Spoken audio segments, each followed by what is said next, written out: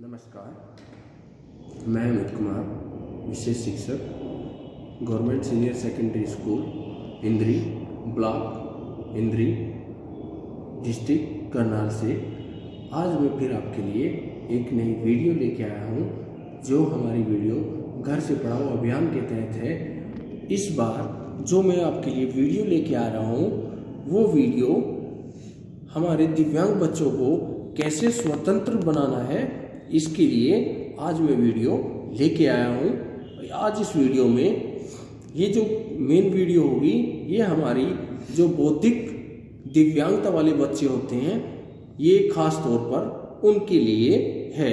या कोई ऐसा भी हो सकता है कि ये दूसरे बच्चों के भी काम आ जाए, लेकिन ये बौद्धिक दिव्यांगता वाले बच्चों के लिए खास तौर पर ये आज मैं सीरीज लेके आया हूँ कि बच्चे को स्वतंत्रता की ओर ले जाने के लिए एक कदम कैसे बढ़ाया जाए। इस कदम में आज हम स्वतंत्रता की सीरीज में हम देखेंगे कि बच्चे को स्वतंत्र रूप से कैसे नहाना आना चाहिए। तो आज हम ये वीडियो इसी का एक लेके आए हैं कि बच्चे को हमें स्वतंत्र रूप से कैसे नहाना चाहिए। ये आज हम इस वीडियो में बच्चे को सिखाएंगे। रोज नहाना अच्छे स्वास्थ्य के लिए रोज नहाना बहुत जरूरी होता है।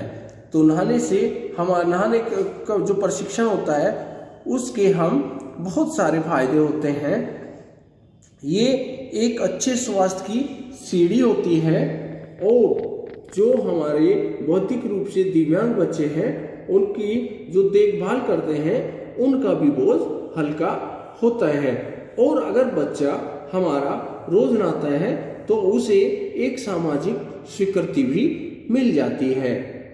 और अब जो बच्चा होता है, जब वो अब खुद से नहाना सीख जाता है, तो उसमें उसको साफ स्वस्थ रहने की क्षमता का विकास होता है। और जब बच्चा स्वयं से नहाना सीख जाता है, तो ये स्वतंत्रता की ओर बढ़ावा देता है। प्रशिक्षण के हमारे कुछ सुझाव हैं, जिनको हम कैसे हमें बच्चे को सिखाना है। जैसे कि हमें बच्चे को नहाना सिखाना है, तो बच्चे को उन कार्यों को कैसे करना है और कैसे सिखाना है। हम बच्चे को सारे कार्य, जो बौद्धिक दिव्यांगता है, उन बच्चे को हम एकदम से नहीं सिखा पा सकते। तो हमें क्या करना चाहिए, जो हमारे नहाने के टास्क होते हैं, उसको हमको कई सारे हिस्सों में बांट लेना चाहिए। और सबसे पहले जो आसान तरीका होता है, हमको उसी को उनको सिखाना चाहिए। और बच्चे को नहाते समय हर क्रम का हमें ध्यान रखना चाहिए कि बच्चा क्या जो सिखाने का कार्य है वो बीच में छूटे ना। तो प्यारे बच्चों, आज हम नहाने का बच्चे को कैसे प्रशिक्षण देना है, आज हम इस वीडियो में ये जानेंगे, जिसमें हम आपके साथ कुछ पिक्चरें भी साझा करेंगे। तो प्यारे बच्चों, ये देखो, अब हम बच्चे को नहाना जब सिखाते हैं, तो ये हमें ध्यान रखना चाहिए कि बच्चे को जो नहाते समय जो जरूरी चीज है, वो सारी चीजें उसकी पहुंच में आना चाहिए को। और ये हमें प्रशिक्षण में ये भी जानने का देंगे कि पानी की बाल्टी, मग, साबुन, तौलिया और उसके कपड़े उसकी पहुंच के अंदर है। ये ना हो कि उसके जो तौलिया है या उसके कपड़े हैं, वो बहुत ऊपर आपने लटका दिए या टांग दिए, वो उनको नहीं चला सकता। या हमारी जो पानी की टोटी है, वो उसकी पहुंच से, या जैसे छोटा बच्चा है वो हाइट पे है, वो नहीं पहुंचता। तो ये भी हमें ध्यान रखना है कि सारी चीजें, साबुन है कि बच्चे की पहुंच में होना चाहिए। बच्चे को ये नहाने से पहले, जैसे कि हम सर्दियों में गर्म पानी का इस्तेमाल करते हैं, या कुछ एरिया की क्षेत्र की बात होती है कि जैसे कहीं हम यही चीज़ें उत्तराखंड या हिमाचल में सिखा रहे हैं तो वहाँ पे ठंडा पानी होता है। तो हमें बच्चे को तापक्रम भी सिखाना चाहिए ताकि बच्चा जान सके पानी ज़्यादा गर्म है या ठंडा है। और ये बच्चे को हमें प्रशिक्षण देना चाहिए। और उसके लिए एक बाथरूम में एक रस्सी या हमें ये रस्सी या राड लगा देना चाहिए जिसमें उसके अपने कपड़े और तौलिया उसमें लटके हुए और वो उनको आसानी से वहां से प्रयोग कर सके। नहाने से पहले क्या होता है, नहाने से पहले हमें जो कपड़े उतारने होते हैं उसके लिए हमें एक बाल्टी या टब का इस्तेमाल करना चाहिए ताकि वो बच्चा अपने जो कपड़े पहने हुए हैं उनको उतार के बाल्टी या टब में रख सके। हाँ, एक चीज़ का हमें कपड़े उतारते समय विशेष ध्यान रखना चाहिए कि उस समय हमें बच्चे के आत्मसम्मान का भी ध्यान रखना है ताकि बच्चा अपने कपड़े उतारते समय उसको कोई ठेस ना पहुंचे। अगर बच्चा बड़ा है तो आप उसको कह सकते हो कि आप गेट बंद करके, दरवाजा बंद करके आप अपने कपड़े उतार सकते हो, क्योंकि बच्चा देखते हैं ना कि जब हम नहाने जाते हैं तो हम हमेशा दरवाजा बंद करके नहाते हैं, तो बच्चे में भी वो भावना कहीं ना कहीं होती है, क्योंकि बच्चों में आत्मसम्मान होता है। लेकिन ये नहीं है कि हम बच्चा समझ के उसको ठेस पहुंचानी है। तो कपड़े उतारते समय इन चीज़ों का हमें विशेष ध्यान रखना चाहिए ताकि बच्चे को कोई भी आत्मसम्मान को ठेस ना लगे। और जैसे जैसे बच्चा जो भी कार्य करता है बच्चे की हमें हर टाइम पे प्रशंसा करते रहना है ताकि बच्चे को लगे कि मैं ये कार्य कर सकता हूँ और वो उसको और अच्छे से करने की कोशिश करता है। अब नहाने की दूसरी प्रक्रिया में हम देखेंगे कि जो हमारा नहाने का मग होता है, मग हमेशा हमारा हैंडल वाला होना चाहिए ताकि उसको बच्चे को पकड़ने में आसानी और संभालने में आसानी हो। और बच्चे को ये भी हमें सिखाना चाहिए कि वो जिस मुद्रा या जैसे भी नहाने के लिए खड़े होके या बैठ के जैसे भी उसको आराम लगे उसको वो ही कार्य करने दे ताकि बच्चे को बर्डन या बोझ ना लगे। एक हम कार्य इसको करते हुए हम और भी सिखा सकते हैं कि जब बच्चे को हम नहाने का प्रशिक्षण देते हैं ना, उसके लिए हम क्या कर सकते हैं, एक गुड़िया को लेते हैं और गुड़िया को नहलाने का कैसे नहलाते हैं, गुड़िया को मतलब ये डेमो देके कैसे कैसे नहाना चाहिए और बच्चे को वो देखने का अवसर हमें देना है ताकि बच्चा उस क्रिया को देख सके और सीख सके। ये सिखाने के लिए एक सुनहरा ये नियम है, बोलने के साथ साथ पहले उसे शारीरिक, अगर बच्चे में बौद्धिक दिव्यांगता ज़्यादा है तो उसको हम शारीरिक मदद भी दें और उसके बाद जब शारीरिक मदद बच्चा करने लगे उसके बाद हम उसे निर्देश दें बोलकर। और जब ये हमारे एक्टिविटी हो जाए उसके बाद हम उसकी मदद ना करें और उसको अपने आप करने का अवसर प्रदान करें ताकि वो स्वतंत्रता की ओर चल सके। जो हम उसको सहायता प्रदान करते हैं उसको हमें धीरे धीरे उस सहायता को हटा लेना है और बच्चे को स्वतंत्रता की ओर लेके जाना है। जब बच्चा नहाना शुरू करता है या एक दो मग डाल लेता है तो बच्चे को किस क्रम में साबुन लगाना सिखाना है।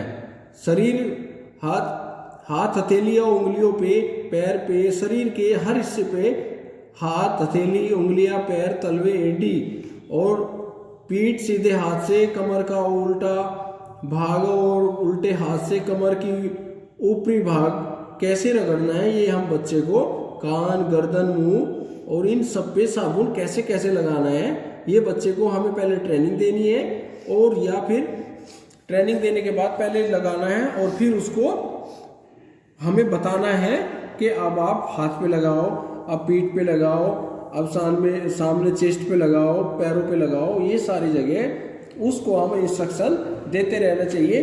कुछ टाइम बाद बच्चा अपने आप साबुन लगाना सीख जाता है। और बच्चा आंखें बंद करे मुंह पर साबुन लगाते समय,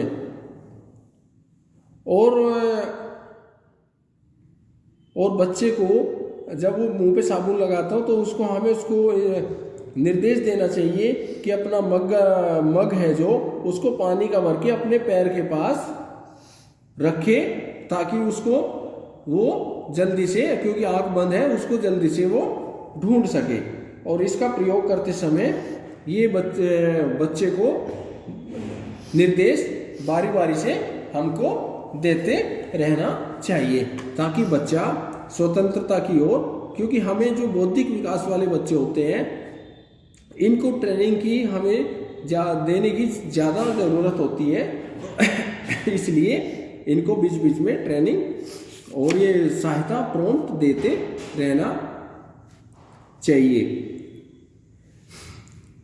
क्या पहले इसको मुंह धोना चाहिए, फिर उसके बाद शरीर पे 2-3 बता देना चाहिए कि पहले मुंह धोए, उसके बाद शरीर पर 2-3 मग पानी डाले, और उसके बाद साबुन पूरी तरह से उसको साबुन लगाए, पूरी तरह से मले, एक बार फिर धोने के लिए पानी डाले। ये सारा बच्चे को हमें सिखाना चाहिए। बच्चे पानी से खेलते हुए बहुत खुश होते हैं। अगर वो शुरू में ज़्यादा साबुन पानी इस्तेमाल करते हैं तो चिंता इस चीज़ की बिल्कुल ना करें कि व्यक्तिगत सफाई को बढ़ावा देने वाले जो हमारी आनंदमय कार्यों को सिखाने के लिए ज़रूरी बातें हैं, उस पर बच्चे को हमें नहीं डांटना चाहिए कि आपने पानी ज़्यादा खराब कर दिया या साबुन लगा दिया, क्योंकि ये बच्चे को हमें धीरे धीरे सिखाना है। और बच्चे को नहाने में ज़्यादा टाइम लगता है तो उसे याद दिलाए कि जैसे बहुत सारे बच्चे होते हैं, उसको टाइम, जैसे वो पानी से खेल रहा है तो उसको मज़ा आ रहा है, तो उसको ना आप कह सकते हो तुम्हारा ना टीवी पे सीरियल आने वाला है, ताकि उसको बच्चा जल्दी जल्दी से नहाए और बच्चा स्वतंत्रता की जो सीढ़ी है तो कि और वो टाइम भी कम लगाना शुरू कर देगा। जब बच्चा नहा जाता है तो उसका क्या फिर आता है कि उसको कैसे हमको शरीर को पोंछना है। तो ये पोंछने के लिए उसको जो तौलिया का इस्तेमाल करता है वो तौलिया ऐसा हो कि उसको बच्चा आसानी से प्रयोग कर सके, और उस आसानी से प्रयोग करते हुए अपने शरीर को उससे पोंछ सके। इसको बढ़ावा देने के लिए हम तौलिया पर उसका प्रशांत सिंह जो उसका निक नेम या नाम होता है उसका वो भी छपवा सकते हैं, ताकि बच्चे को इससे प्रोत्साहन मिलेगा। और गर्व, जैसे कि हम बच्चे का तौलिए पे नाम लिखवा देते हैं तो उससे क्या होता है कि बच्चे को अपना तौलिया पहचानने में आसानी होती है कि वो तौलिया उसका है। और इस कार्य को करते हुए हर कदम पे जो भी बच्चा कोशिश करता है उसकी सफलता की हमें हर कदम पे तारीफ करनी है कि आप बहुत अच्छा कर रहे हो और आप इससे भी अच्छा कर सकते हो। तो प्यारे बच्चों, अब हम उसको कपड़े पहनने की ट्रेनिंग देंगे कि कैसे कपड़े पहनने हैं। तो प्यारे बच्चों, जो ये कपड़े पहनने की ट्रेनिंग है इसको हम अगली वीडियो में, जो हम इससे आगे की वीडियो लेके आएंगे उसमें हम इसको विस्तार से जानेंगे कि बच्चे को कपड़े कैसे कैसे पहनाने चाहिए, ताकि बच्चा सीख सके कपड़े पहनने में भी अपने को स्वतंत्र महसूस कर सके और बच्चा स्वतंत्रता की ओर कदम बढ़ाता चला जाए। तो आज हमने ये जाना कि बच्चे को कैसे कई सारे हिस्सों में हमको बच्चों को नहाना सिखाना है, ताकि बच्चा स्वतंत्र रूप से कहीं पर भी जाए, अकेला रहे या सपोर्ट में रहे। क्योंकि जब बच्चा हमारा जो बौद्धिक विकलांग बच्चे होते हैं, वो जब बच्चे बड़े हो जाते हैं तो उनमें फिर काफ़ी कठिनाई आ जाती है। तो ये ट्रेनिंग हमें जल्दी से जल्दी शुरू कर देनी है और बच्चे को इसको अच्छे से सिखाते हुए कदम दर कदम बच्चे को हमको अच्छे से स्वतंत्र बनाना है, ताकि बच्चा इस कार्य को बहुत अच्छे से निभा सके और बच्चा अपने को स्वतंत्र महसूस कर सके। तो प्यारे बच्चों, स्वतंत्रता की ओर ये आज हमने जो बच्चे को नहाने की ट्रेनिंग या कौशल सिखाए हैं, इसमें माता पिता का बहुत बड़ा योगदान है। ये उन्हीं की सहायता से संभव है।